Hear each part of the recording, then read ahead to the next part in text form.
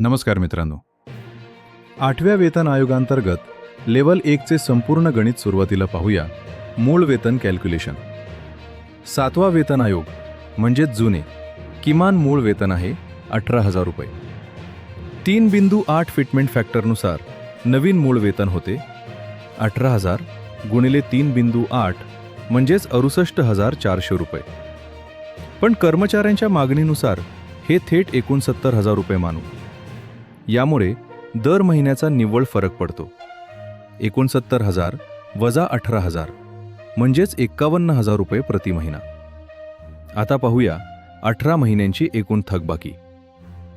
Total arrays जर महागाई भत्ता म्हणजेच DA 0 पकडला आणि केवळ मूळ वेतनातील मासिक फरकाचा विचार केला तर 18 महिन्यांची एकूण थकबाकी होते 51,000 गुणिले 18 महिने म्हणजेच तब्बल 9,18,000 रुपये.